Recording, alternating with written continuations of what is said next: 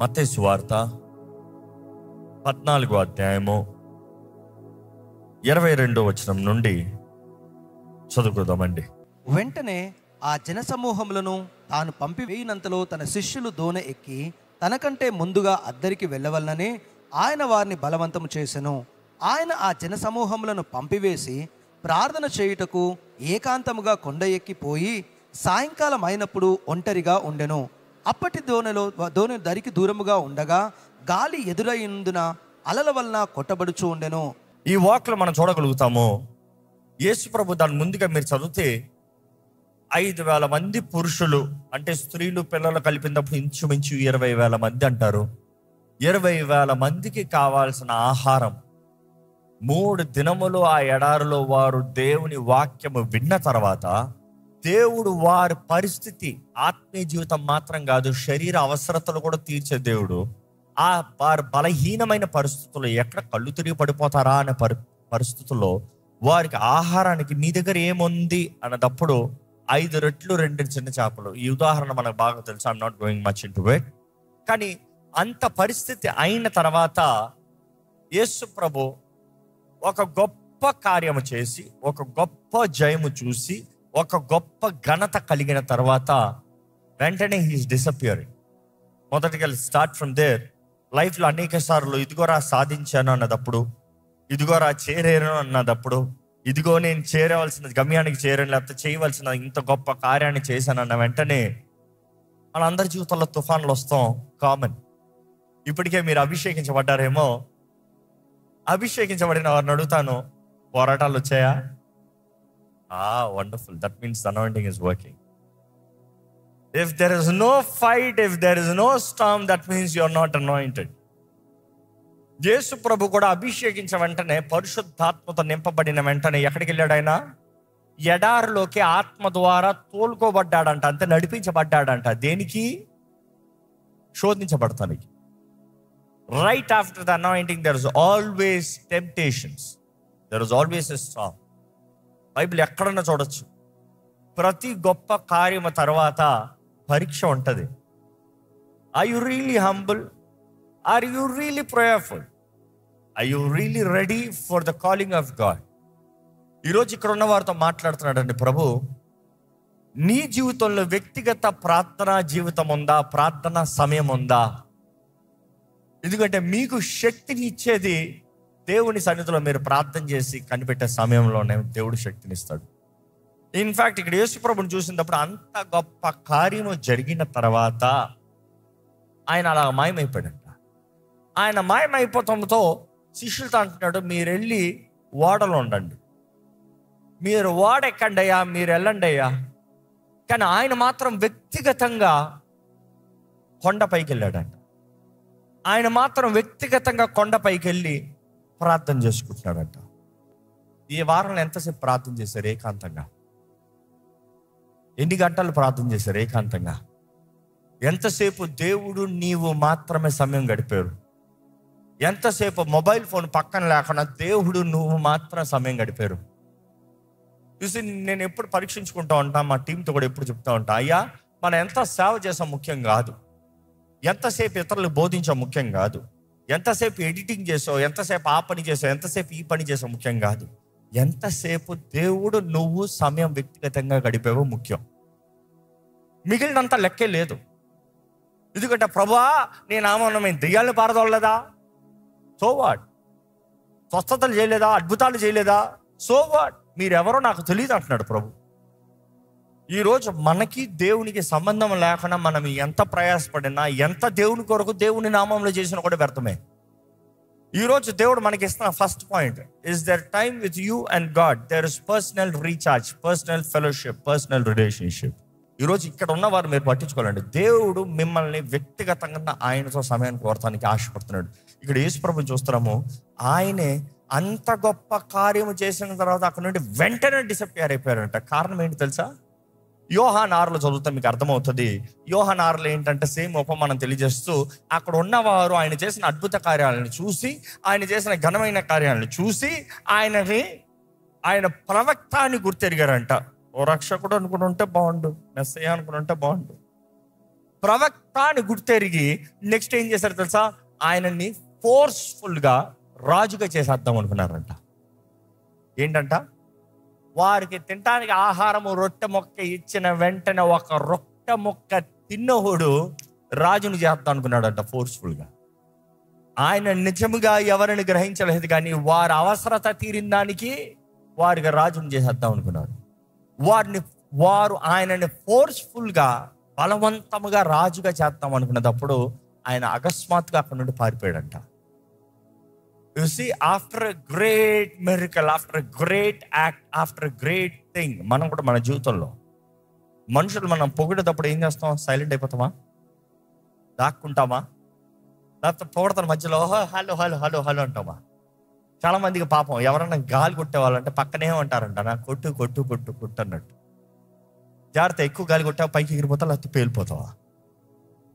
ఈరోజు దేవుని బిడ్డలమైన మనం యేసు మన మాదిరి తగ్గించుకుంటూ నేర్చుకోవాలి. The time has not come. ఆయన రాజే, కానీ నువ్వు రాజు చేద్దాం అనుకున్న ఉద్దేశం కూడా సరికాదు, అందుకని ఆయన అంగీకరించడం. అందుకనే నేను చాలా మంది జీవితంలో యేసు రాజుగా ఉంటలే. నువ్వు అనుకుంటున్నావు నేను యేసుని రాజుగా చేద్దాం అనుకుంటున్నా. ఎందుకు? రొట్టె ఇచ్చాడన్నా, జాబ్ ఇచ్చాడన్నా, ఇల్లు ఇచ్చాడన్నా, లోన్ అప్రూవ్ చేశాడన్నా, లేకపోతే లోన్ తీర్చాడన్నా? ఇందుకొరకు యేసుని నీ జీవితంలో రాజుగా చేద్దాం అనుకుంటున్నావు? ఇదిగోటి ఈరోజు యేసు ప్రభు చెప్తున్నాడు, నువ్వు ఎలా పడతా అలా నన్ను రాజు చేద్దామంటే నేను అంగీకరించాను. నేను ఎవరినో ఎరిగి ఇందుకొరకు రాజు చేస్తావు, అందుకొరకు అయితేనే నేను ఉంటా. It has to be the reason, the real reason, not just a king. నీకు రొట్టె ఇచ్చాను, స్వస్థత ఇచ్చాను, నీకేదో దీవెని ఇచ్చాను, నేను నన్ను రాజుని చేస్తా అంటే నేను ఉండను, నేను పోతా. ఈరోజు మనం పరీక్షించుకోవాలంటే, why do you expect Jesus to be king over your life? ఇక్కడ చూస్తున్నాం యేసు ప్రభు అయితే వారి ముందు నుండి అలాగా డిసప్పేర్ అయిపోయాడంట శిష్యులతో పాటు. శిష్యులతో అర్జెంటుగా చెప్పాడు, మీరు వెళ్ళిపోయాడు, వాటర్కి ఎక్కండి. ఆయన ఒంటరిగా వెళ్ళిపోయాడంట, ఏకాంతంగా వెళ్ళిపోయాడంట. He went alone.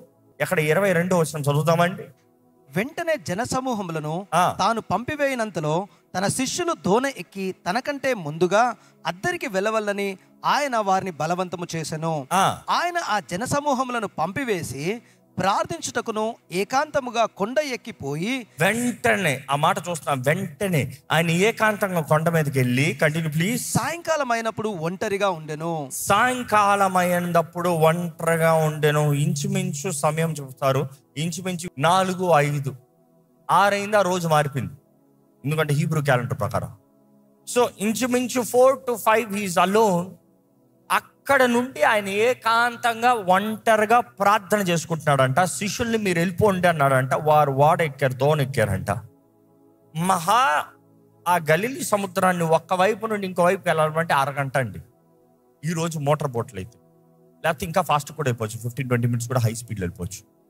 అంటే శిష్యుల్ని దేవుడు అన్నాడు, మీరు ముందుగానే వెళ్ళిపోండి. అఫ్కోర్స్ ఆ రోజు మోటార్ బోట్లు లేవులే, కానీ వారు దోణల్లో ఎక్కి చక్కగా రిలాక్స్డ్, టైర్డ్, చెప్పాను కదా, ఎగ్జాస్టెడ్, వెళ్తానులే. ప్రభు తొందరగా వెళ్ళమన్నాడు, వెళ్తానులే. ఆయన తొందరగా వెళ్ళమన్నా, వెళ్తానులే. ఎంతసేపు అక్కడే కదా, కొట్టేద్దాం. 12 మంది ఉన్నాం కదా, 12 మంది ఒక దోణి అంట, అంత దోణి సైన్ అనుకుని చూడొచ్చు. 12 మంది కొట్టి వెళ్తాం, ఎంతసేపులే, కూర్చో, వెళ్తానులే, కొంచెం రెస్ట్ తీసుకో. ఆయన రావాలిగా, ప్రభు రావాలిగా. మనం వెళ్ళిపోమన్నాడు. మన ముందు నుండి ఇంకొక దోణి వస్తే ఆయన వస్తాడేమో, పక్కన ఇంకొక బోట్లు ఎవరిదాన్ని తీసుకుని వస్తాడేమో సపరేట్గా. అడుగు చూడండి, శిష్యుల మనసు ఎలా ఉంటుంది, ఆయన నీళ్ళ మీద నడుచుకుని వస్తారని అనుకున్నాడా? లేదు. మరి మనల్ని ముందుకెళ్ళమన్నాడు, ఆయన వస్తానన్నాడు. ఎలా వస్తాడు అంటే మనల్ని దాటుకుని వస్తాడేమో, చూద్దాం, మనం వెళ్తాం. కొన్నిసార్లు దేవుడు మనల్ని చేయమన్నప్పుడు కూడా చేద్దాంలే, ఇది జరగాలి కదా, అది జరగాలి కదా, ఇది అవ్వాలి కదా, అది అవ్వాలి కదా, ఇవన్నీ అవుతే అప్పుడు అంత మన ముందు వెళ్ళి వేస్ట్ కదా. చాలా మందికి దేవుడు చెప్పింది సులభంగా ఉండొచ్చేమో. నేను ఎందుకు ఈ టైం చెప్తున్నాను, ఇంచుమించు 3-4 గంటలకి యేసు ప్రభు ఆ కొండ పైన ఏకాంతంగా ప్రార్థన చేసుకున్నట్టుగా కనబడుతుంది. శిష్యులేమో వాడలో ఎక్కున్నట్టుగా కనబడుతుంది. అక్కడ నుండి మనం చదివితే ఏం గమనిస్తాం చూద్దామండి. వారు అప్పటికి ఆ దోణె దరికి దూరముగా ఉండగా గాలి ఎదురయ్యున్నందున అలల వలన కొట్టబడుచు ఉండెను. అలల ద్వారంగా కొట్టుకుని, అలా సముద్రంలో అలలు చూసారు ఎప్పుడన్నా? అలలు ఏం చేస్తూ ఉంటాయి? కొన్నిసార్లు ఒక్క సైడ్లో కొట్టింది అనుకోండి, ఇట్ ఇస్ లైక్ పుష్ వెళ్ళిపోతా ఉందన్నమాట. సో ఈ దోణి ఇంచుమించు వారు చెప్పేది సముద్రం మధ్యలోకి వచ్చింది. అప్పుడు ఎంత సమయం అంట? రాత్రంతా అయిపోతుంది. అలలు లిగుస్తున్నాయి. ఆ పరిస్థితులు మనం గమనిస్తున్నాము. 25 వచనం చదవండి. రాత్రి 4వ జామున, ఆగండి, రాత్రి ఎన్నో జాము అంటే ఎన్ని గంటలకి తెలుసా? 3 గంటలకి. ఎప్పుడు 4వ జాము డివైన్ విజిటేషన్స్ అని చెప్తా ఉంటాం. బైబిల్ ఎక్కడ చూసినా రాత్రి అనేటప్పుడు దేవుడు యాకోబుని దర్శిస్తాము. లేకపోతే you see multiple occasions the divine visions, everything 4వ జాము లెక్కలో ఉంటుంది. 4వ జాము it's the time that God encounters. తుఫాను ముందే ప్రారంభమైంది, అప్పటికే వాడ కొట్టుకుని పోతా ఉంది. 4వ జాముకి తుఫాను రాలే, కానీ 4వ జాముకి ప్రభు వచ్చాడు. దట్ ఈస్ 3 o'clock, ఇంచుమించు 3 to 6 they say fourth watch hour. So ఈ 4వ జాము అనేటప్పుడు ఈ 4వ జామున మనం చూద్దామండి, చదువుదామా? రాత్రి 4వ జామున ఆయన సముద్రము మీద నడుచుచు వారి యొద్దకు వచ్చెను. Now here's the thing. దేవునికి అసాధ్యమైంది ఏదైనా కలదా? You see, we say a God of impossible. అసాధ్యమైన కార్యములు సాధ్యపరిచే దేవుడు. ఎంతమంది నమ్ముతున్నారండి యేసు ప్రభు నీటి పైన నడిచాడు అన్న మాటని? హల్లెలూయా చెప్తారా? ఎందుకంటే ఇది నమ్మని వారు కూడా ఉన్నారు. ఈరోజు మనం గమనించాలండి, ఇక్కడ ఈ వాక్యం చదవడం మనం అర్థం చేసుకోవచ్చు. దేవుడు ఆ సముద్రం పైన నడిచి వస్తాం, ఆ సముద్రం పైన ఆ తుఫాను మధ్యలో నడుచుకుని వస్తాం. ప్రశ్న, తుఫాను మధ్యలో నడుచుకుని వస్తున్నాడు. తుఫాను మధ్యలోకి వచ్చి శిష్యుల దగ్గర వారితో మాట్లాడి భయపడద్దు నేనే అంటున్నాడు. అసలు తుఫాను గురించి ఒక్క మాట మాట్లాడలేదు, తుఫాన్ని అడ్రస్ చేయలేదు. ఆయన వస్తే తుఫాను ఆగిపోవచ్చుగా. ఇదిగోటి చాలాసార్లు మనం అనుకుంటాం యేసు ప్రభు మనతో ఉంటామంటే మన తుఫాన్లు ఆగిపోతాము. చాలాసార్లు మనం అనుకుంటాం యేసు ప్రభు మన జీవితంలో అడుగు పెడితే మన తుఫాన్లన్నీ నిమ్మలమైపోతాము. మనం అనుకుంటాం యేసు ప్రభు తను కనబరుచుకుంటే మన గొడవలో సమస్యలన్నీ ఇలాగ మాయమైపోతాం, మన జీవితంలో సవాళ్ళన్నీ మాయమైపోతాం. Many people think peace is not having storm. సమాధానం అంటే తుఫాను లేకుండా ఉంటాము అనుకుంటాం. కానీ ఇక్కడ ఈ అధ్యాయం చదువుతంలో నేను నేర్చుకుంటున్నాను, సమస్యల మధ్యలో, పోరాటాల మధ్యలో దేవుని కలిగి ఉండటమే నిజమైన సమాధానం అండి. నమ్మేవారు హల్లెలూయా చెప్తామా? నీ సమాధానం ఎవరంటే యేసు. నీ తుఫాను ఉంటాము, తుఫాను లేకపోతాము సమాధానము కాదు. ఈరోజు చాలామంది సమాధాన జీవితం అంటే సమస్యలే లేని జీవితం అనుకుంటున్నారు. చాలామంది సమాధానం కలిగిన జీవితం అంటే గొడవలే లేని జీవితం అనుకుంటున్నారు. ఇక్కడ ఎవరైనా పోరాడుతున్నవారు ఉంటే బిగ్గరగా హల్లెలూయా చెప్తారా? దేవుడు మీ తోడుండి మిమ్మల్ని బలము ఇచ్చి, ధైర్యపరిచి, జయం ఇచ్చి నడిపించే దేవుడు. నమ్మేవారు బిగ్గరగా హల్లెలూయా చెప్పండి. Just because he shows up doesn't mean storms will disappear.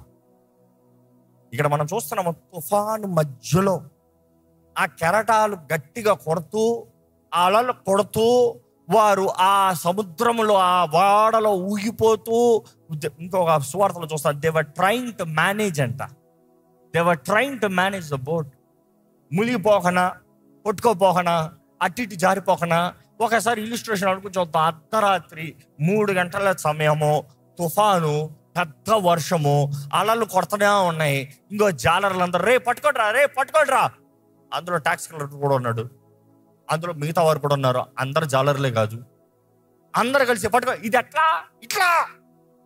ఎప్పుడైనా టెన్షన్లో ఉన్నప్పుడు ఎవరికైనా నేర్పించేటప్పుడు చూసారా? మనం పీస్ఫుల్గా ఉన్నప్పుడు ఎవరికైనా నేర్పించాలంటే ఇది ఇట్లా, ఇది ఇట్లా, ఇది ఇట్లా. పొయ్యి మీద మాడిపోతుందమ్మా, ఎలా చెప్తారు చెప్పండి పిల్లలకి? ఆడిపోతుంది. ఆ కెరటాల మధ్యలో, ఆ తుఫాన్ మధ్యలో, ఆ అలల మధ్యలో ఒక్కొక్కడు గోలగా they were trying to manage the boat. అందులో అలిసిపోయి ఉన్నారు. అలిసిపోయి ఉంటే తక్క వేరే లెవెల్లో ఉంటుంది. ఆ అలిసిపోయిన మధ్యలో వారు చేస్తున్న పనుల్లో సడన్గా యేసుప్రభు కనబడ్డాడంట. యేసుప్రభు కనబడటం మాత్రం కాదు, నడుచుకుని వచ్చారంట. నడుచుకుని వచ్చిన వెంటనే శిష్యులు ఏమన్నారు? గట్టిగా చెప్పండి, పోతా. Which is common. మన జీవితంలో ఎక్కువ వరీస్లో ఉన్నదప్పుడు, ఎక్కువ పోరాటాల్లో ఉన్నదప్పుడు, ఎక్కువ టెన్షన్లో ఉన్నదప్పుడు మంచిది కూడా చెడ్డగా కనబడుతుంది. సహాయంగా వచ్చిన వారు కూడా దెయ్యాల్లా కనబడతారు. Which is common to misunderstand. కానీ వారు ఎందుకు పోతామన్నారంటే, వాళ్ళు ఫిషర్మెన్స్ దగ్గర మాట్లాడినప్పుడు మీరు అర్థం చేసుకోవచ్చు వారి ఐడియాలజీ ఎలాగుంటుందని. ఆ రోజు ఎవరైనా సముద్రంలో పడి చచ్చిన వారైతే ఆ రాత్రి బోతల్లా తిరుగుతారు అని వారికి ఒక సామెత ఉంది. సో ఆ రోజు ఎవడన్నా సముద్రంలో పడి చచ్చినోడైతే ఆ రాత్రి బోతల్లా తిరుగుతాడు, ఇంకా ఎవరు ఉంటారో వాళ్ళని పట్టుకుని తీసుకెళ్తాడు నీటిలోకి అన్నట్టు వారికి ఒక సామెత ఉంది. సో ఆల్రెడీ టెన్షన్లో ఉన్నారు, ఆల్రెడీ అలా కొట్టుకుంటా ఉన్నారు. ఇది మేనేజ్ చేయరా అన్నట్టు చూస్తూ ఉన్నారు, తడిసిపోయి ఉన్నారు. చలేస్తుందేమో, ఆఫ్కోర్స్ చలేస్తుంది. అలాంటి పరిస్థితుల్లో ఒక వ్యక్తి కనబడుతున్నాడు, ఒక స్పిరిట్ లా కనబడుతుందంట. భూతాన్ని కేకేసి భయం వస్తుంది. మనుషుడు ఎగ్జాస్ట్ అయినప్పుడు భయపడతంలో ఇంకా తేడా ఉంది. సో బుర్ర నిద్రపి లేచి ఫుల్గా తిని ఏదో భయం వచ్చినట్టు, భయమా సరి చూద్దాం, ఏం చేద్దాం. కానీ అలిసిపి ఉన్న పరిస్థితుల్లో భయం వచ్చిందనుకో, ఏం చేస్తావు? పిల్లి ఎప్పుడైనా భయపడి ఎగురుతుంది చూసారా? అట్లా అయిపోతాడంత మనుషుడు. కళ్ళు అంటాడంట, అయిపోయిందిరా నా పని అన్నట్టు. ఈ శిష్యులు ఆ రీతిగా భయం భూతం అని భయపడుతున్నారంట. యేసు ప్రభు ఇమ్మీడియట్లీ వెంటనే ఆలస్యం చేయలే, వారు భయంలో ఉంచలే. భయపడ్డారన్నదప్పుడు భయంలో ఉండరా, చెప్తాను ఎవరినో అని చెప్పలే. భయపడిన వెంటనే బీ ఆఫ్ గుడ్ షియర్, భయపడుకుడి. It is I, do not be afraid. It is I, the statement నేనే. ఇట్ ఈస్ ఐ యామ్, ఉన్నవాడును అనువాడును నేనే, నేనున్నాను నేనే. కానీ అంతే సమయంలో శిష్యులతో నేను ఆయన చెప్తామా, ఆయన మాటలో ఆయన ఇస్తున్న అష్యూరెన్స్, ఆయన ఎంత పర్సనల్, ఆయన ఎంత వ్యక్తిత్వము, ఎంత దగ్గర వ్యక్తిత్వము, లేకపోతే సహవాసం కలిగిన వ్యక్తులను కనబరుస్తాము. దేవుడు మొదటికి చెప్పింది ఏంటి వాళ్ళకి? ఆడికి వచ్చినప్పుడు భయపడద్దు, బీ ఆఫ్ గుడ్ షియర్, ధైర్యం తెచ్చుకో, భయపడద్దు. ఈరోజు మీకు దేవుడు చెప్తున్న మాట కూడా భయపడద్దు. దయచేసి ఒక మాట చెప్తున్నాను, జాగ్రత్తగా వినండి. పరిశుద్ధాత్ముడు మీకు చెప్తున్నాడు, నీ జీవితంలో ఏ పోరాటమైనా, ఏ తుఫానా, ఏ కార్యమైనా భయపడద్దు. దయచేసి స్థలంలో ఉంచుతామా, ప్రార్థన చేద్దామా. ఈరోజు మీరున్న పరిస్థితిని ఒకసారి పరీక్షించుకోండి. తుఫానులో ఉన్నారా? భయం లేదు. మీరు దేవుని బిడ్డ అయితే దేవుడు మీ తోడున్నాడు. ఆపద పరిస్థితుల్లో ఉన్నారా? దేవుడు మీకే సహాయాన్ని ఇస్తానికి ఆయన మీ దగ్గరకు వచ్చే దేవుడు. అనేక సార్లు మీరు అనుకున్నట్టుగా, మీరు ఊహించినట్టుగా ఆయన కనబడకపోవచ్చు, కానీ నిశ్చయంగా నీకు సమాధానాన్ని ఇస్తానికి, నీకు ధైర్యాన్ని ఇస్తానికి దేవుడు తోడుండే దేవుడు అండి. నీకు నిజమైన సమాధానం ఆయన సన్నిధిలోనే. దేవుడు ఈరోజు నీ దగ్గర నుండి కోరేదంటే అతను నీ విశ్వాసం. క్రియలు లేని విశ్వాసం వ్యర్థమని యాకోబు పత్రికలో మనం చూస్తున్నాము. యేసు ప్రభు హాఫ్ బ్రదర్ మనం చూస్తున్నాము. యేసు ప్రభు సోదరుడు రాస్తాము, క్రియలు లేని విశ్వాసం వ్యర్థమయ్యా. విశ్వాసం అందా? క్రియ చూపి. పేతురు అడుగు తీశాడు, విశ్వాసం ఉంది కాబట్టి అడుగు తీశాడు. కానీ అనేక సార్లు మన జీవితంలో అపవాది తుఫానులాగా గాలి విసురుతూ పరిస్థితులను తారుమారు చేస్తానికి ప్రయత్నం చేస్తాడేమో, కానీ దృష్టి దేవుడి వైపు నుండి మళ్ళనవద్దు. నువ్వు యేసును చూసినంత వరకు నువ్వు మొలగవు. యేసుని చూసేంత వరకు ఏది నిన్ను మింగలేదు. యేసుని చూసేంత వరకు అపవాది నిన్ను త్రోసివేయలేడు. ఎప్పుడైతే యేసుని చూడకుండా నువ్వు తుఫాను చూస్తూ, పరిస్థితులను చూస్తూ, స్థితిగతులను చూస్తూ, చుట్టూన్న మనుషులను చూస్తూ, చుట్టూన్న కార్యాలను చూస్తావు, మురుగుతో జాగ్రత్త. ఈరోజు మన జీవితంలో మనకు కలిగే పోరాటాల మధ్యలో దేవుణ్ణి చూడమని దేవుడు చెప్తున్నాడండి. నువ్వు అడుగు తెస్తా మాత్రం చాలదు, నువ్వు ఆయన చేరేంత వరకు నీ విశ్వాసం ఉండాలని దేవుడు ఆశపడుతున్నాడు. పేతురు చూసి చెప్తున్నాడు, అల్ప విశ్వాస్, ఏంటయ్యా ప్రారంభించావు కానీ ముగిస్తలే.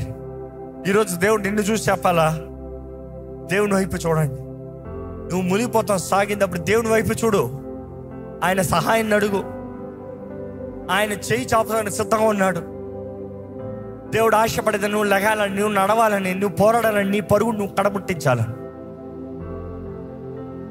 దేవుడు నీ జీవితంలో కార్యం జరిగించినప్పుడు ఆయన ఆరాధిస్తున్నావా?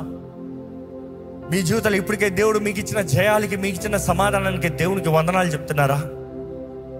నిశ్చయంగా నీవు దేవుని కుమారుడు అయ్యా, నువ్వు రాజులకు రాజు అయ్యా, నువ్వు ప్రభులకు ప్రభుడు అయ్యా.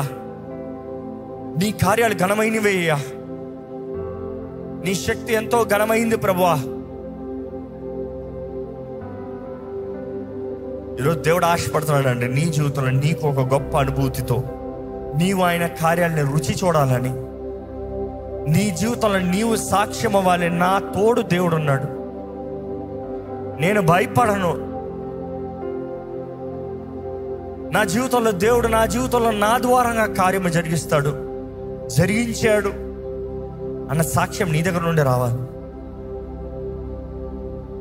ఈ సమయంలో చెప్పండి, దేవా నేను నిన్ను చూసి నడుస్తానయ్యా, నేను భయపడనయ్యా, నేను భయపడినయ్యా, నా స్థితిగతులు చూసి నేను భయపడినయ్యా. మనుషుల మాటలు కెరటాల్లాగా తుఫానుల్లాగా రావచ్చేమో కానీ నేను భయపడిన ప్రభా. అపవాది దాడులు నా మీదకి రావచ్చేమో కానీ నేను భయపడిన ప్రభా.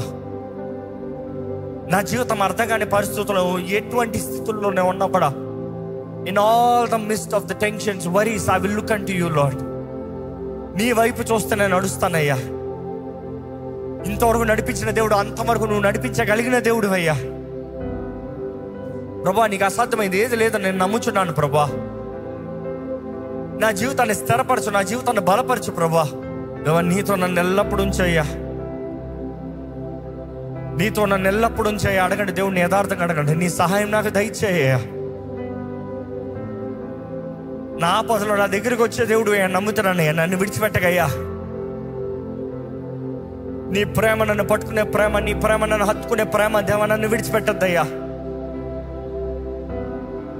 నా జీవితంలో నాకు దగ్గరగా ఉండయ్యా, నా తోడుగుండయ్యా. నిన్ను చూసే కళ్ళు నాకు దయచేయ్యా. నీ స్వరము గుర్తెరగలగలిగిన మనసు నాకు దయచే, చెవులు నాకు దయచేయ్యా. నా పక్షాన నువ్వు కార్యము జరిగించే దేవుడు అయ్యా. నువ్వు తగిన సమయంలో నన్ను హెచ్చించే దేవుడు అయ్యా, నన్ను బలపరిచే దేవుడు అయ్యా. నీ యందు విశ్వాసం ఉంచితే చాలన్నావయ్యా. సూర కార్యాలు చేస్తారన్నావయ్యా. నీ వాక్యంలో సెలవిస్తారు రీతిగా, those who know their God shall do great exploits. నిన్ను ఎరిగిన వారు సూర కార్యాలు చేస్తారని నీ వాక్యం తెలియజేస్తుంది ప్రభా. నా జీవితంలో ధైర్యముతో ముందుకు సాగి ఎన్ని శోధనలు ఉన్నాయి, ఎన్ని పోరాటాలు ఉన్నాయి, నీ కొరకు ఘనంగా జీవించాలయ్యా. నాకు శక్తి దయచేయ్యా. ఇక్కడ ఉన్నవారు ప్రార్థన చేయండి. ఇప్పటికే మీ జీవితంలో అడుగు తీసారేమో, పేతురులాగా తెగించారేమో, దేవుని వెంబడిస్తానికి నడుస్తున్నారేమో, కానీ వస్తున్న స్థితిగతుల్లో, పోరాటాల్లో, తుఫానుల్లో, మాటల్లో, పరిస్థితుల్లో దేవుని దగ్గర నుండి దృష్టి మలుతుందేమో. దేవుని వైపు చూసి సహాయాన్ని అడగండి, దేవుని శక్తిని వేడుకోండి. దేవుని నడిపించయ్యా, బలపరిచయ్యా, నా తోడు నీ నడువయ్యా, నీ సన్నిధి ఎల్లప్పుడూ నాకు దయచేయ్యా. ప్రార్థన చేయండి, యథార్థంగా ప్రార్థన చేయండి. అవును ప్రభా, నువ్వు ఉంట మాకు భయం లేదు, నువ్వు ఉంట మాకు ఏ తెగులు లేదు ప్రభా. నువ్వు అంటే ఏ విషయమై మేము సందేహించాల్సిన అవసరం లేదు. మాకు శక్తినిచ్చే దేవుడు, మాకు ధైర్యాన్ని ఇచ్చే దేవుడు, మాకు నెమ్మదినిచ్చే దేవుడు. ఇదిగో ఇక్కడున్న ప్రతి పరిస్థితులకు కావాల్సిన ధైర్యం దయచేయ, ప్రతి ఒక్కరికి కావాల్సిన శక్తిని దయచేయ అయ్యా. వారు ఉన్న స్థితిగతుల్లో నీ వైపు చూడాలి. మా సొంత శక్తి ద్వారా మేమెంత ప్రయాసపడినా వ్యర్థమైనయ్యా. నీకు మొరపెట్టేవారుగా, నీ సహాయాన్ని వేడుకునేవారుగా, నీ శక్తి కలిగి జీవించేవారుగా మమ్మల్ని చేయి ప్రభా. ఈరోజు ఈ ఆవరణలోకి వచ్చిన ప్రతి ఒక్కరిని బలపరచు, ఈ లైన్లో వీక్షిస్తున్న ప్రతి ఒక్కరిని బలపరచు. పోరాటాల్లో, సమస్యల్లో నిలిచేవారుగా, ధైర్యము జయము కలిగిన జీవితం కలిగిన వారుగా, అన్ని విషయంలో నిన్న మహిమపరిచి జీవించే జీవితములుగా ఆ జీవితాన్ని మలిచి మార్చుకొని వేడుకుంటూ నజరేయుడైన యేసు నామములో అడిగి వేడుచున్నాం తండ్రి, ఆమేన్. దైవం నీవయ్యా